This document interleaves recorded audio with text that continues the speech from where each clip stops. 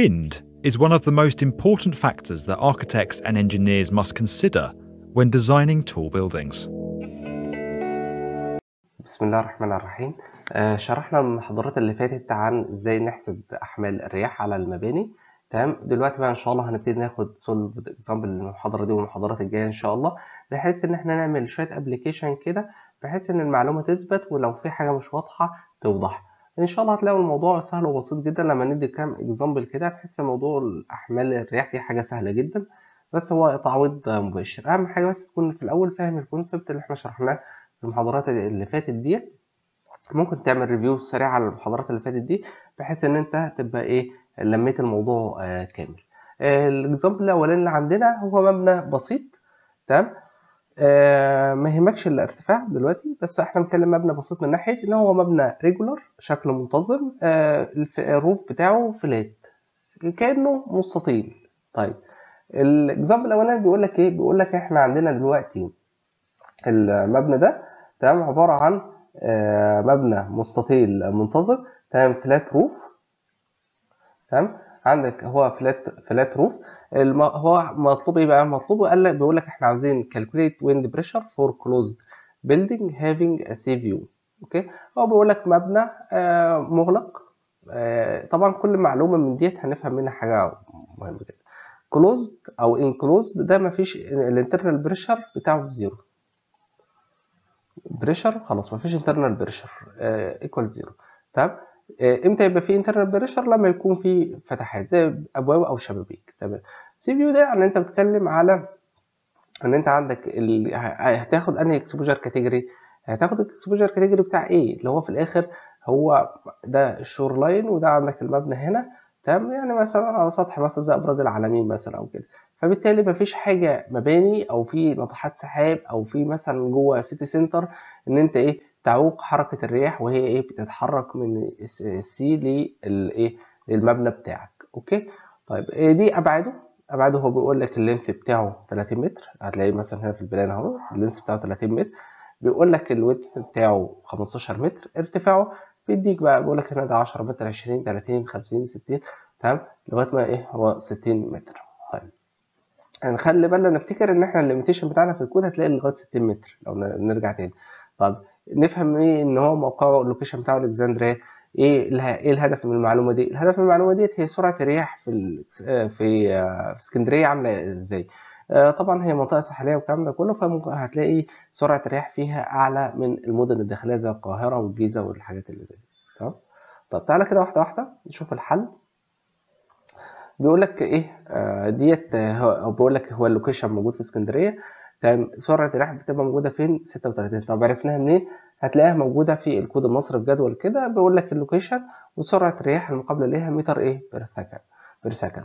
اوكي. مثلا عندك مرسى مطروح والضبع الزعفرانه، هتلاقي فين المنطقه بتاعتنا بقى؟ اسكندريه. هنا اسكندريه هتلاقي ايه سرعه الرياح 36 متر بير سكند. فدي اول معلومه احنا هنروح نجيبها منين؟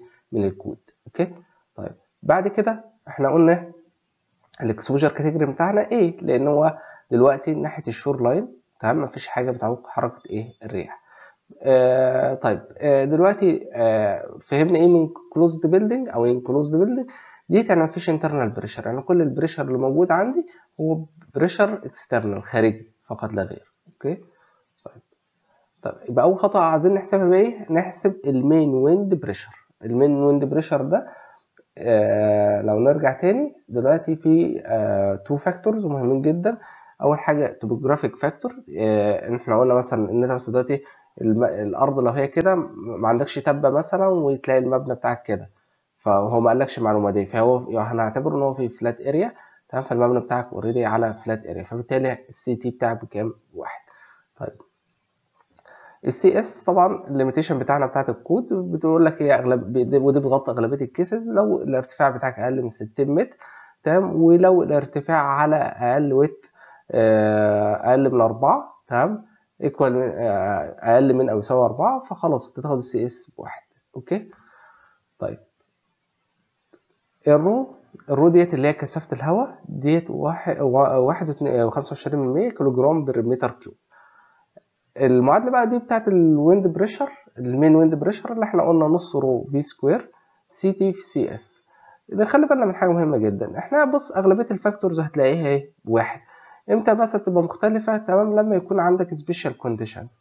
فبالتالي لو انت ما عندكش السبيشال كونديشنز ديت، يعني مثلا زي ان المبنى فوق تبه او تحت في جرف مثلا معين، الاستراكشرز بتاعك حاجه سلندر وطويل وفليكسبل، فهتلاقي التو فاكتورز دول على طول اغلبيه الكيسز هتلاقيهم عندك ايه بواحد، فانت مش محتاج تحسبهم كويس. والسرعه بتجيبها من الجدول ده، تمام، وتعوض تعويض مباشر. يبقى احنا خدنا ده بواحد وده بواحد، اللي هو هتلاقيه هنا واحد في واحد اهوت، تمام. عندك نص رو ديت انت خلاص هي نص في 1.25%، دي كثافه الهواء، فكل دول كونستانت. الفاكتور اللي انت بتجيبه او السرعه دي هي سرعه الرياح، بتجيبها من الجدول لو انت عرفت اللوكيشن بتاعك فين. فبالتالي انت المعادله دي السهله وبسيطه جدا دي، خلاص احنا حسبنا منها ايه المين ويند بريشر. يبقى انا كده حسبت المين ويند بريشر. طيب بعد ما احسب المين ويند بريشر ده الكيو اللي هو طلع لنا كام 0.81، فاضل انا احسب ان انا دلوقتي لو انا عندي ده الكيو، تمام. البريشر كنا بنقول انه في فاكتورز تاني سي اي في كي في كيو، خلاص يبقى احنا ده بقى عندنا 0.81، فاضل احسب الكوفيشن بتاع السي اي فاكتور ده. طب الكي ليه علاقه بالارتفاع، يعني كل ما انت بتزيد ضغط الهواء بيزيد، يعني انت كل ما تطلع لفوق كده بتلاقي الكيرف بتاع الهواء طالع عمال بيزيد معاك لفوق، تمام. فساعتها قلنا بنقسم حتت بقى كده، يعني ده دي بتبقى اكبر من دي بتبقى اكبر منها كويس. ده هنشوفه في الايه السلايد الجاي. خلينا نبدا الاول بالكي. الكي اسهل شويه، تمام. هو بيقول لك هنا الارتفاع من 0 ل 10 هتاخد الكي بتاعتك بكام بواحد. طب ايه الفرق ما بين ليه اخترت ده ما اخترتش ده ولا ده؟ لان ده اكسبوجر كاتيجوري A وده B وده ايه C او الف ب ج، على حسب احنا زي ما احنا قلنا دلوقتي ناحيه البحر، فمفيش حاجه بتعوق حركه الرياح، فبالتالي هتلاقي هنختار الاكسبوجر ايه كاتيجوري بتاعت ايه. بنخش في الجدول ده ونشوف كل ارتفاع. الكي عندنا هنا بكام بواحد، اللي هو اول جزء من 0 ل 10 ده الكي بواحد. طيب من 10 ل 20 يعني احنا مثلا ممكن نكتب هنا الكي ايكوال 1. طيب الكي هنا بتاعتي كام؟ الكي ايكوال 1.15. طيب الكي بكام هنا 1.4. طيب ده معناه ايه؟ معناه ان انت سرعه الرياح اللي هتحسبها هنا هتضرب 15% هنا زياده، تمام. هنا ريلاتيف لده تبقى كانها 40% زياده. هنا الكي عندك ب1.6، تمام. وبعد كده الكي ب1.85%. فانت سرعه الرياح هنا مقارنه بده فيها 85% زياده، كانها الدبل، تمام. طيب ده كده بالنسبه للفاكتور بتاع الكي. احنا قلنا تاني المعادله بتاعتي اللي هي البي اي، تمام، بتساوي سي اي في كي في كيو، وبالتالي الكي ده متغير مع الارتفاع. قلنا دي كان 0.81، تمام، والكي دي متغيره مع الارتفاع، فاضل لنا ايه السي اي. السي بقى بيختلف على حسب انت في الاخر هو انت بيأثر على انه سطح، فكل سطح تمام مختلف. بمعنى انا دلوقتي لو انا عندي الويند جاي من الاتجاه ده، السي فاكتور بتاعي 0.8. طب ولو الروف هيبقى سكشن نيجاتيف 0.8، هنا بريشر وهنا سكشن. طب وعلى اللي وورد نيجاتيف 0.5 سكشن برضو. طب في الاتجاه التاني بقى السايد نيجاتيف 0.7 في الاتجاه. اوكي، خلينا نحسب في الاول الاتجاه ده، نحسب للويند وورد والروف واللي وورد. الجدول سهل وبسيط جدا، ده نفس الفاكتورز اللي احنا قلنا اكسبوجر كاتيجوري ايه، ومع الارتفاع قلنا الكي اللي زي اللي احنا حاسبينها هنا اهوت، تمام، هي اللي انا كاتبها في الجدول ده. الكي مع كل ارتفاع هي عماله بتزيد. طيب خلينا دلوقتي احنا احنا قلنا هنحسب ليه. هنحسب دلوقتي الويند وورد عندك ايه سي اي 0.8. طيب في اللي وورد اللي هو في الحيطه الخلفيه، تمام، دي كام نيجاتيف 0.5 اللي هي سكشن، تمام. في السايد وول نيجاتيف 0.7، روف نيجاتيف 0.8. طب ودي كده في الاخر هنحسب ايه بريشر بي 1 بي 2 بي 3 بي 4 بي 5 اللي هو احنا كاتبينهم هنا بي 1 بي 2 بي 3 بي 4 بي 5. عاوزين نطلع قيم الايه الفاليو دي في الاتجاه ده وفي الاتجاه التاني اللي هو في اللي وورد ده. والروف دي تبقى ثابته لان هي دي هتساوي دي، تمام، لان هي نفس الفاكتورز، بس الفرق ان هي هنا بريشر وهنا ايه سكشن. فبالتالي الموضوع سهل وبسيط، يعني لا وقت ما تحسب اخر واحده خالص هتحط زيها هنا في الروف. اوكي، تعال نشوف اول جزء. دلوقتي يبقى انا خلاص انا هروح اعمل ازاي؟ هنا مثلا خلينا ناخد اول واحده. انت عندك البريشر ده بي 1 مثلا هتساوي السي اي بتاعتنا 0.8 تمام، والكي عندنا بواحد تمام، وده 0.81 هتدي كام؟ 0.6 اوكي تمام. هنا هتبقى نفس الحاجه نفس دول، بس هتضرب السي اي بدل ما هي 0.8 0.5. طيب السايد نيجاتيف 0.7. الروف طبعا احنا مش هنحسبه، هنحسبه في اخر واحده خالص تمام. يعني لو جينا حسبنا اخر واحده قلنا دلوقتي البي 5 بتساوي كام؟ قلنا اللي هي الكي بتاعتنا 1.85 تمام، في السي اي بتاعتنا 0.8، في عندك الكيو بتاعتنا 0.81 هتديك 1.2. هتاخد نفسها ترجع تاني تاخد زيها بس سكشن على اخر ايه روف تمام. السايد وول في الاخر الفاكتور بتاعه نيجاتيف 0.7. برضه هيأثر الاختلاف ايه اللي هيأثر معاك؟ الارتفاع. كل ما الارتفاع بيزيد كل ما يكون الايه السكشن برضه بيزيد. دي شكل توزيعة الايه توزيعة الويند بريشر. فالموضوع سهل وبسيط. بتحسب الاول الكيو اللي هي المين ويند بريشر تمام، وتشوف السي اي ريلاتيف لانهي جزء انهي سيرفيس من المبنى انت بتحسب عليه الويند بريشر.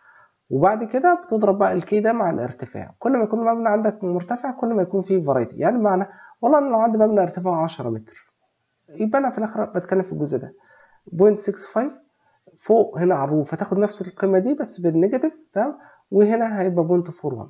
اوكي، هي تعويض مباشر، الموضوع مش صعب. ده الشكل اللي فات ده خدناه الويند وورد واللي وورد تمام وروف. هنا ايه الفرق؟ هنا بس حسبنا للسايد وول، بوريك توزيعه دلوقتي السايد وول نفس هي نفس الحسبه بتاعت اللي فاتت، ده نفس الجدول اللي فات، بس هو كل الفرق بس ان انا ايه عملت لك سيموليشن للجزء بتاع السايد وول الفاكتور توزيعتها مع الارتفاع البريشر بتاعنا. يعني احنا خدنا كل الرسمه دي خاصه بالجدول ده تمام. تمام. طب بالنسبه لده لا، هو ده الفاكتور بتاع الويند وورد اللي احنا اتكلمنا عليه في السلايد اللي فات تمام.